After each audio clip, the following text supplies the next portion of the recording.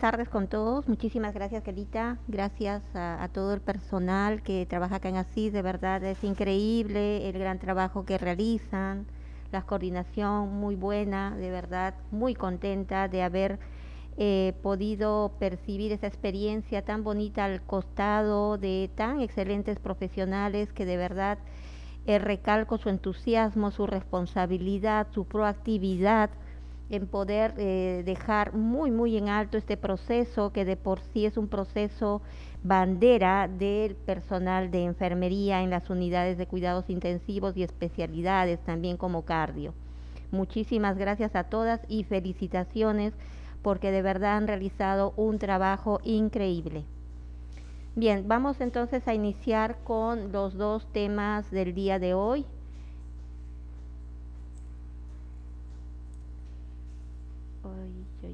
A ver, por favor.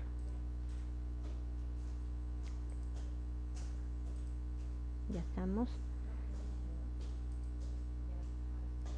Ya, perfecto. Bien, el día de hoy vamos a tratar dos complicaciones, perdón, son cuatro complicaciones, en realidad es el edema, arritmia y dos complicaciones más que vamos a tocarlo un poquito más adelante. Bien, vamos a empezar entonces.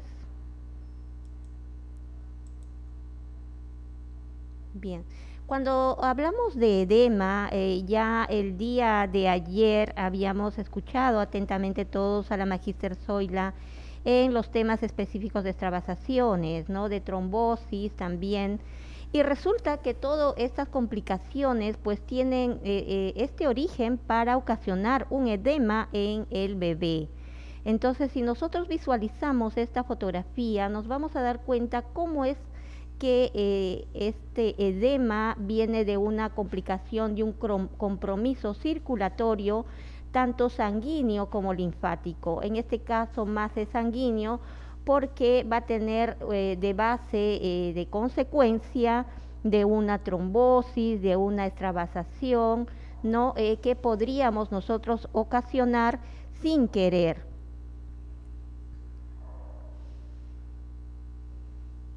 Entonces, lo que nosotros siempre deberíamos pensar en que ya de por sí ya nosotros hemos insertado nuestro catéter periférico, este PIC, ¿no? A nuestros bebés. Resulta que podría ser muy sencillo el momento de todo este proceso inicial, incluso el mantenimiento también adecuado que nosotros brindamos. Sin embargo, resulta un poco preocupante cuando de por sí encontramos durante todo el mantenimiento del catéter en el bebé complicaciones que se podrían suceder, y es en este momento en que nosotros tenemos que estar alerta para salvaguardar la integridad física y la integridad fisiológica y de salud, obviamente, de nuestro pequeño. Entonces, para nosotros el tiempo cuenta, el tiempo es muy importante para poder actuar. Inmediatamente nosotros observemos cualquier tipo de complicaciones que se pueda generar a partir tal vez de una mala práctica, de algo que de por sí no lo hayamos realizado. Por eso es importante, muy importante, que todo el personal de enfermería en las unidades de cuidados intensivos estén prácticamente muy bien preparados para que puedan de alguna manera interactuar frente a alguna consecuencia y alguna complicación, que es cierto, pueden ser complicaciones que lo podríamos manejar, complicaciones incluso que nos lleva a que el bebé pueda morir. Complicaciones que relativamente, a Dios gracias, la mortalidad no es no tiene tanta incidencia, porque pues hay algunas complicaciones que definitivamente no están estadísticamente consideradas porque no se visualizan, no se experimentan. Sin embargo, hay que tener muchísimo cuidado durante todo este proceso, durante todo el manejo que se realiza. Entonces, nosotros vamos a tener en cuenta que pues la utilización del PIC en los recién nacidos puede, como les decía, garantizar grandes ventajas, ¿no? Y reducir las complicaciones en realidad relacionadas con la inserción de estos accesos venosos. ¿no? Como estábamos mencionando, la tasa de complicaciones de los PIC van a ser, pues, digamos, es similar a la cánula intravenosa corta, casi lo mismo, ¿no? Puede haber una extravasación, una infiltración, ¿no? Y el incidente de complicaciones mayores realmente, como les comentaba, es relativamente bajo, casi no se percibe, no se evidencia en la experiencia que nosotros tenemos en las unidades de cuidados intensivos eh, cuando nosotros insertamos este PIC, ¿no? La tasa de éxito de colocar y mantener el PIC aumenta mucho, pues cuando se implementa esta práctica estandarizada en las unidades de cuidados intensivos. Es muy importante este punto, pues que necesitamos nosotros tener prácticamente protocolizado con guías, digamos, instrumentos que nos ayuden a efectivizar mejor este proceso, ¿no? De manera que nuestros índices de calidad estén muy bien llevados y podamos nosotros disminuir, ¿no? Estas complicaciones que podríamos ocasionarlo sin querer, ¿no? Entonces, por eso decimos que la tasa de éxito de colocar y mantener el PIC aumenta mucho cuando se implementa esta práctica estandarizada y cuando la inserción y atención se completa rutinariamente por profesionales con experiencia, definitivamente vamos a tener un éxito total. Entonces, vamos a ver acá un punto muy importante. Este punto es, pues, viendo la trombosis como un inicio de un edema, ¿sí? Entonces, ya nosotros hemos podido percibir, hemos podido aprender durante todo este largo tiempo de cómo se ocasiona una trombosis, ¿no? La trombosis es, pues, la formación, ¿no? Es la formación de un coágulo en un vaso y se debe, pues, a un daño endotelial, ¿no? Que podemos producirlo en el momento de insertar el catéter, ¿no? Sin querer a veces hacemos una mala práctica y podemos no insertar, digamos, de manera gentil y entonces podemos ocasionar esta lesión, ¿no? Y más aún si por ende, ¿no? Si insertamos una punta de catéter y por último está mal ubicada, vamos a lesionar incluso la íntima venosa, ¿no? Cuando se encuentra en la punta del catéter, puede, pues, provocarse esta trombosis. Si se encuentra en la punta del catéter, puede provocar, pues, su oclusión parcial o también total. Vemos entonces cómo a partir de prácticamente de esta injuria vascular que nosotros provocamos al momento de insertar el catéter, vamos a provocar todo este proceso de la formación de un trombo, ¿no? Va a irse generando una trombina, el fibrinógeno y finalmente la fibrina en todas sus etapas y vamos a al final tener el trombo insertado probablemente en la punta del catéter o también vamos a lesionar digamos, toda la pared vascular al momento de ingresar nuestro catéter, ¿no? Fíjense aquí, anteriormente nosotros pues cortábamos los catéteres, muchas que hemos utilizado en primera instancia los catéteres, cortábamos para que quede la medida exacta y llegue pues a vena cava superior, sin darnos cuenta que este sistema puede dañar toda esta mucosa y crea pues una trombosis, ¿no? Entonces la trombosis es la formación de un coágulo en un vaso y se debe a un daño endotelial durante la inserción o por la punta del catéter mal ubicada que también lesiona la íntima de la vena, ¿no? Entonces vamos a ver nuevamente cómo ingresa este catéter. Ahora vamos a ver nuevamente. Miren cómo ingresa este catéter previamente cortado. Hoy por hoy, gracias a Dios, ya no lo cortamos. Ingresamos exactamente la medida y tal cual el catéter, manteniendo siempre la permeabilidad del catéter desde el inicio hasta el final, es decir, de la parte distal hacia la parte proximal. Fíjense cómo el catéter bien puesto, un catéter íntegro, sin necesidad de cortarlo, ingresa libremente, sin necesidad de lacerar en demasía, ¿no? Todo este borde del tejido, ¿no? Anexo de la vena. Bien. De por sí, entonces, cuando se encuentra en la punta del catéter, esta oclusión puede provocar, pues decimos, su oclusión parcial, como vemos acá es parcial, y también puede incurrir que si esto progresa hay una oclusión prácticamente completa, ¿no? En muchos casos es asintomática, pero cuando es extensa, o sea, es demasiado extensa, esto el paciente puede pues tener precisamente esto de lo que estamos hablando ahorita, ¿no? Puede tener dolor, puede tener edema y una circulación colateral, ¿no? Precisamos este punto del edema porque, como ustedes ven, todo esto es un proceso en el cual tenemos que tener muchísimo cuidado, como han visto, no solamente de elegir el catéter adecuado en relación al perímetro de la vena, sino también la destreza en cómo uno pueda colocar la inserción. Hoy hemos tenido la oportunidad de corroborar con la misma experiencia cómo debemos insertar el catéter de manera gentil, de manera rítmica, sin necesidad de apurarnos, para no precisamente lacerar todo este acceso venoso. Bien, entonces, para su prevención, además de ser lo menos invasivo, posible durante la inserción, como les comentaba, y asegurarse de la correcta ubicación del PIC, es importante elegir un catéter que ocupará solo 1/3 de la luz venosa. De esto también ya estábamos hablando prácticamente durante todo este tiempo, de que el catéter pues debe medir precisamente, tener un diámetro de 1/3, ¿no? En relación a todo el perímetro de la vena, de la luz de la vena, ¿no? Y una fijación también eficaz va a poder prevenir el pistoning, ¿no? Es decir, la contribución a que este catéter se pueda ir moviendo, ¿no? Y deslizarse por último y ocasionar pues esta trombosis o infección, ¿no? Relativamente. Miren cómo el tercio del catéter va ingresando por la vena y es lo adecuado. No lacera todo este torrente sanguíneo dentro de la vena, ¿no? Porque imaginemos si este catéter es mucho más grande, tiene un diámetro grande, va a empezar a lacerar todas las paredes de la vena, ¿no?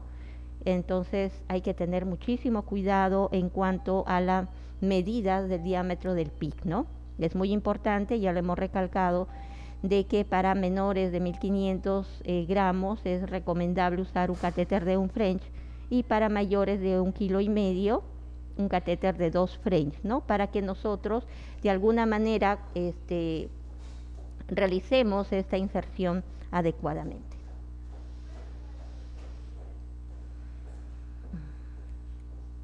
Bien, acá tenemos nuestro catéter, nuevamente lo podemos apreciar. Ya ahora en el taller ya prácticamente lo han manipulado, lo han visto de cerca, es como una liga flexible que nosotros incluso podemos visualizar cómo vamos contando de punto en punto, que quiere decir que cada espacio mide 1 centímetro y cada 5 centímetros encontramos una línea que nos va avisando de que hasta aquí hay 5 centímetros y progresivamente contiguo otros 5 hasta alcanzar los 30 centímetros que mide nuestro catéter de 2 French en este caso, ¿no? Ahí está. Vemos cómo nuestro catéter tiene esa medida de aquí hasta allá, hay 5 centímetros, y de allí hasta el otro lado también 5 centímetros, igual contamos los 30 centímetros que tiene nuestro catéter. Bien, vamos a ver entonces cómo se produce pues la trombosis o qué factores van a incrementar esta trombosis, ¿no? Vemos acá la éstasis de cómo nosotros en este caso podemos provocar una trombo. Va a tener mucho que ver el tema de los medicamentos vesicantes, los medicamentos irritantes, el pH que tiene cada medicamento. Si nosotros conocemos la osmolaridad, la hiperosmolaridad de los medicamentos, también van a ocasionar todo este tema de trombosis, ¿no? La lesión endotelial que va a producirse por la inserción del catéter que acabamos de ver en el vídeo, y la hipercoagulabilidad que pueda generar una sepsis, pueda generar una neoplasia, una inflamación, etcétera, ¿no? Propia del recién nacido. Hace prácticamente una semana y yo de verdad no tengo otra cosa más que felicitarlas a algunas compañeras que pues leen un poquito más, están investigando también porque quieren aprender más y me decían, licenciada, yo he encontrado una pequeña fotografía y me lo hicieron llegar a mi WhatsApp y me decía, he encontrado un tema de vaina fibroblástica. ¿No? ¿Qué tiene que ver esto con una obstrucción del catéter? También se genera, no se genera, es parecida a una trombosis. Esto también puede ocasionar en algún momento un tema de edema, un tema de complicación en el recién nacido. Pues fíjense, la vaina fibroblástica no es una cosa que una manguita que se forma en todo el entorno y contorno de nuestro catéter. Pero esta vaina fibroblástica en realidad no repercute mucho en la salud del bebé ni tampoco obstruye mucho el catéter. ¿Por qué razón? Porque se forma esta vaina porque reacciona de por sí la vena frente a algo, alguna situación externa, una situación de que no lo espera, es como una reacción adversa frente a algo extraño. ¿No? Esta vaina fibroblástica prácticamente se va a liberar inmediatamente nosotros retiremos el catéter, es más, puede incluso todavía permanecer y eso no va prácticamente interrumpir nuestra infusión venosa, ¿no? Que nosotros podamos estar usando. Y lo podemos corroborar precisamente cuando aspiramos con la jeringa, se obstruye realmente el catéter, pero cuando nosotros inyectamos, administramos normalmente, ¿no? Las infusiones. Entonces se puede incluso liberar un poco esta vaina, pero no es que esto vaya a formar un coágulo, se parezca a un coágulo, definitivamente no. Podemos dejarla allí, no vamos a tener ninguna complicación con ello. Bien. Entonces, lo que queríamos ver en el tema del edema, es cierto, nosotros tenemos este tipo, no es muy a menudo, pero sí lo podemos ver, ¿no? De alguna manera, este edema provocado más que nada de repente por la inserción de un catéter que no guarda la relación con el diámetro de la vena del bebé.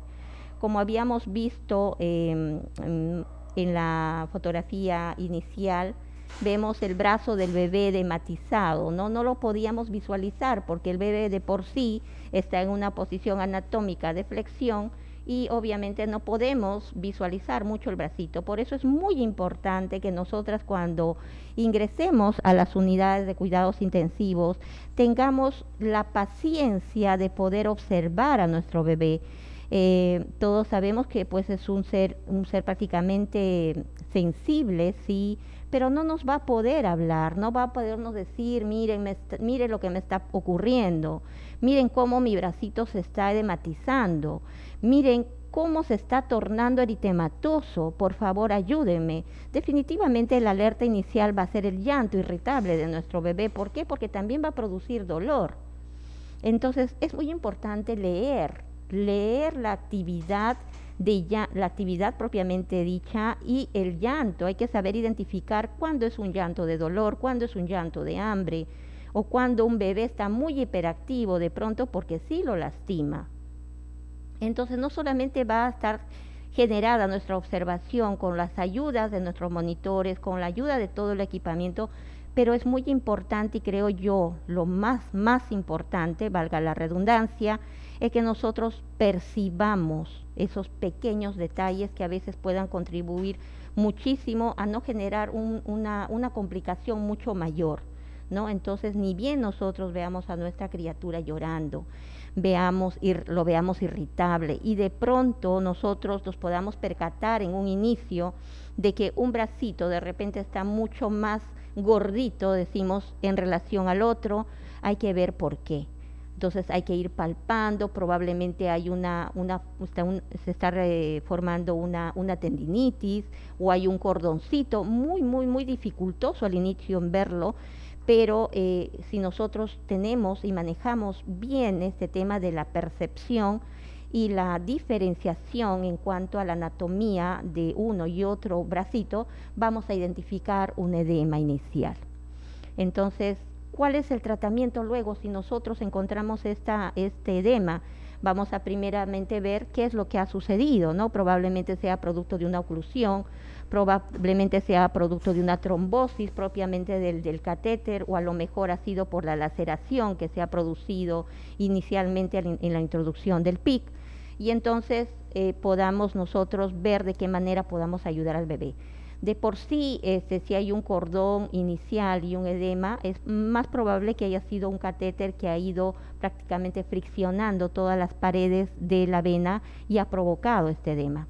El tratamiento simplemente es el reposo, hay que estar viéndolo constantemente. Si el bebé está muy irritable, lo que indican nuestros compañeros neonatólogos es simplemente paracetamol, no evaluado previamente para ver si lo pueda recibir. No es necesario, como escuchábamos a la Magister Zoila el día de ayer, no es necesario colocar paños fríos ni tampoco paños calientes, porque podríamos contribuir a una hipotermia o en todo caso lo contrario, ¿no? Y la idea es mantenerlo en una temperatura normal, ¿no? Una temperatura que el bebé pueda sentirse pues bien dentro de la incubadora, ¿no? Y pueda guardar la temperatura ideal. Bien, vamos a pasar entonces ahora a hablar del tema de las arritmias, ¿no? Este tema de las arritmias que nosotras ya también ya lo conocemos, pero es importante también verlo e identificarlo en el momento que nosotros insertamos el PIC. Y no solamente al momento de insertar, es importante ver la lectura del electrocardiograma, ¿no? Es importante saber cuál es nuestra onda P, cuál es nuestra onda QRS y cuál es nuestra onda T, para poder saber si pues relativamente está muy introducido, porque a lo mejor sí lo hemos dejado sin querer, o la otra compañera se olvidó de reportar, que no debería suceder, pero podría suceder, ¿no? De repente no ha retirado bien, no ha corroborado bien la placa y pues está de alguna manera muy introducido el catéter, ¿verdad? Entonces esto va a generar arritmias, ¿no? Y nosotros pues vamos a decir, ¿no? ¿Qué complicaciones entonces frecuentes, aparte de estas arritmias, nosotros podamos tener en nuestro bebé, ¿no? Las arritmias propiamente dichas, ¿no? Si la punta del catéter ha sido pues introducida en la aurícula, puede estimular el nódulo auricular, ventricular o auricular, u originar extrasístoles, ¿no? O arritmias cardíacas debido a la irritación de la musculatura cardíaca, ¿no? Estos nódulos pues van a ir digamos interactuando, y de manera que el corazón se vea digamos ejerce esta mecánica para liberar estas ondas, y lo podamos nosotros leer en una digamos, en la lectura, ¿no? del electrocardiógrafo, ¿no? Nos da esa cinta en la cual nosotros podamos leer cómo están estas ondas. O de lo contrario, podemos nosotros también leer en nuestro monitor estas ondas, ¿no? Y podamos decir realmente si esto está generando la arritmia. Otra complicación, ya lo hemos hablado, es la oclusión, que va acompañada también de las arritmias, ¿no? El momento que el bebé se siente inestable, lo mejor también puede ocasionar. Esto es muy importante, entonces la lectura también de las ondas, ¿no? La punta del catéter choca con las paredes de la aurícula y entonces empieza empezamos a observar la irregularidad en las ondas, ¿no? La taquicardia también, pues bueno, ya lo sabemos, es un aumento de la frecuencia cardíaca por encima de 160 latidos por minuto, y esto va a ser mucho más intenso cuando traspasamos incluso el límite de la inserción correcta de nuestro PIC. La efusión pericárdica, ¿no? En este caso estas complicaciones son muy raras, como ya lo hemos dicho, pero también podrían suceder, y bueno, algunas estadísticas también, algunas incidencias ocurren, pero no es a menudo, no es muy extraño. Se habla a nivel internacional, a nivel prácticamente de todas las complicaciones que se generan en un 10%, un 0.5%, que llevan a la muerte a nuestros bebés. Entonces las arritmias cardíacas se genera, pues bueno, si el catéter se ha introducido a la aurícula, puede pues estimular el nódulo auricular, ya lo hemos dicho, o aurículo ventricular, y originar pues estas extrasístoles o arritmias cardíacas. Entonces nosotros decimos, bueno, sí, pero ¿cómo puede estar mi bebé? Bueno, acá les voy a mostrar unos pequeños vídeos para que ustedes puedan pues no dormirse porque hemos tenido una jornada ardua. Miren acá cómo hay una fotografía, un vídeo de cuando nuestras ondas son regulares y cuando nuestro paciente, en este caso nuestro bebé, está tranquilo, que nada lo interrumpe. Pero cuando nosotros vamos a insertar un catéter, miren también cómo se pone, ¿no? Aparentemente el bebé no, pero nuestro corazón sí, ¿no? Hay una taquicardia, pero igual cuando nosotros también ponemos y está mucho más metido, podemos ocasionar esta situación, ¿sí? Hay que tener muchísimo cuidado porque si bien es cierto esto lo podemos leer, hay una lectura que podríamos visualizarlo, pero así como que parece un poco jocoso, sí, esto puede pasar y nosotros a veces no lo percibimos, ¿no? Entonces hay que tener muchísimo cuidado en la lectura de nuestra punta de catéter que quede en realidad donde debería quedar, ¿no? En la vena cava superior o la vena cava inferior. Bien, entonces nosotros acá tenemos, digamos, este pequeño vídeo donde nosotros vemos cómo es que nuestro corazón está latiendo y decimos que es el electrocardiograma, ¿no? Es la representación gráfica de la actividad eléctrica del corazón. Fíjese cómo los nódulos auriculares, ventriculares, no van a producir prácticamente todo este destello energético, no despolarizando incluso la parte del ventrículo primero izquierdo porque tiene mucho más musculatura, y luego viene la despolarización del ventrículo derecho, ¿no? Todo este sistema de actividad eléctrica pues va a generar pues las ondas, estas ondas son el resultado, todas estas ondas son el resultado de esta actividad eléctrica, ¿no? Entonces el EKG estándar, ¿no?, se compone de 12 derivaciones, ¿no?, que son estas, y acá nosotras podamos leer cómo realmente está nuestra punta de catéter, o en caso contrario, nosotras cómo podemos visualizar en un EKG con una ecoguiada para ver si realmente estamos llegando al sitio exacto de la inserción, ¿no? Es importante entonces nosotros saber y conocer. Debemos conocer es que en el electrocardiograma hay ondas positivas y negativas. Nuestras ondas, ¿no? Cuando nuestras ondas están por encima de esta línea habitual que debemos conocer, nuestras ondas son relativamente positivas, y cuando están por debajo, ¿no?, se va a hacer negativo. Es importante que debamos aprender a leer esta cinta media para nosotros establecer la diferenciación, ¿no? En este caso, mire, vemos acá la línea P, ¿no? Esta línea P es importante reconocerla porque nosotros vamos a ver a partir de la onda P. ¿Por qué? Porque esta onda tiene que ver mucho con la aurícula, con la deformidad, digamos así, de la aurícula derecha y la aurícula izquierda. Es muy importante saber cómo es en su normalidad y cómo es cuando se introduce mucho más el catéter, porque esta onda va a pasar el límite negativo, ¿no? No va a estar en el límite positivo, sino va a generar un límite negativo, y entonces podríamos decir que si no guarda la relación estable entre todas las ondas, vamos a decir que nuestro catéter está prácticamente muy metido.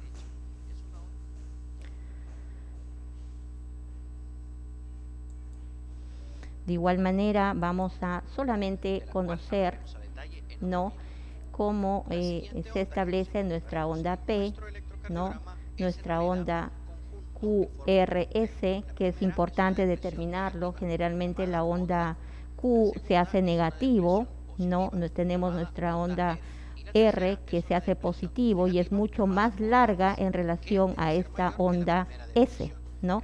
Esto es lo normal, ¿no? Pero si hablamos de alguna normalidad, digamos, de acuerdo a las patologías, vamos a ver que se establece de diferente manera, ¿no? Puede establecerse esta mucho más pequeña, esta onda Q, la onda R puede establecerse, no sé, mucho en diferente forma, ¿no? Viceversa, ¿no? Puede hacerse muy positiva o muy negativa. Pero eso es un tema aparte, ¿no?, que en otro momento lo hablaremos porque tiene que ver con patologías cardíacas, ¿no? Vemos también otro esquema en la cual, otro vídeo en la cual vamos también a visualizar la última onda, ¿no? Que es la última onda, que es la T, ¿no? Que no también implica no tiene mucha implicancia en el tema de la lectura, de la inserción del PIC, puesto que si bien es cierto, guarda relación en cuanto a la regularidad del ritmo de las ondas consecuentes en el momento de la inserción, sin embargo, la onda P en relación a las otras ondas que son negativas tiene que guardar una línea estable. Si sobrepasa esta línea P, significa que estamos introduciendo mucho nuestro catéter. Bien, ahí tenemos la onda T. Y bien, ahora vamos a ver un vídeo, cómo es que nosotros vemos, a razón de lo que ya les explicaba, cómo nuestra onda P va variando a medida que nosotros vamos introduciendo nuestro catéter. Esta es una máquina Nautilus que nos ayuda prácticamente a visualizar cómo es, miren cómo está dentro del ritmo normal de todas nuestras ondas, no se están haciendo negativas, nuestra onda P continúa igual, ¿no? Cuando está casi fuera de la vena cava, pero a medida que esa vena cava va introduciéndose, fíjense cómo se alarma y empieza la irregularidad y las arritmias prácticamente, ¿no? Hay una irregularidad en las curvas, ¿no? Del electrocardiograma. Y cuando ya está prácticamente en la zona correcta, las ondas son prácticamente estables, pero fíjense cuando ya está metiéndose a la aurícula, cómo se hacen irregulares, y la onda P prácticamente se hace muy negativa y no guarda relación ni estabilidad con las otras ondas, ¿no? Es muy importante entonces conocer y dar lectura de este electrocardiograma, porque nos ayuda en realidad también para verificar que nuestro catéter esté in situ, ¿no? Bien, entonces, ¿cuál es la prevención?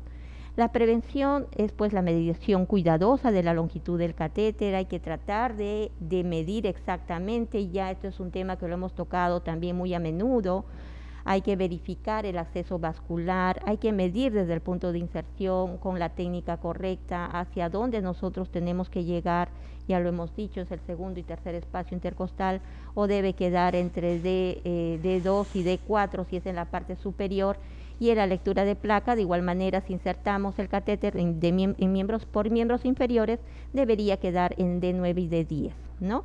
O sobre 1 centímetro del diafragma, que podemos corroborar y decir si está bien ubicado nuestro catéter, ¿no? Para evitar precisamente esta irregularidad y, digamos, esfuerzo cardíaco que hace precisamente el corazón, ¿no? La fijación segura del catéter a la piel para evitar su desplazamiento también es otro punto muy importante, que también ya lo hemos tocado. Hay que fijar bien para evitar digamos, este movimiento de nuestro catéter, que se pueda o introducir más, ¿no? Por el movimiento del bebé, o a lo mejor también salirse, ¿no? Y a menudo a veces pasa esto por una mala fijación que nosotros realizamos, ¿no? Y este punto precisamente lo estamos dando y lo estamos exigiendo en el taller, ¿no? Hay fijaciones exactas que nosotros no deberíamos interrumpirlo y no deberíamos dejar de practicarlo y de realizarlo, ¿no?